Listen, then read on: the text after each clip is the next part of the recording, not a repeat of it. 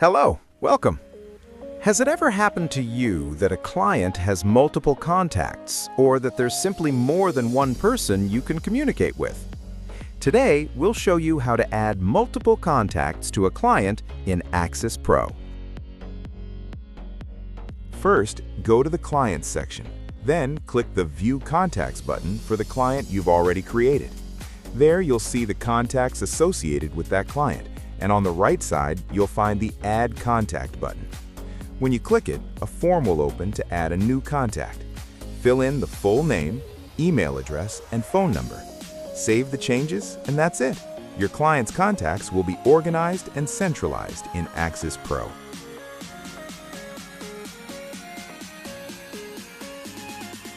And that's it.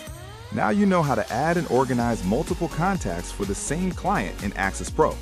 This helps you keep all communication organized and avoid confusion when invoicing or coordinating your work. See you in the next tutorial.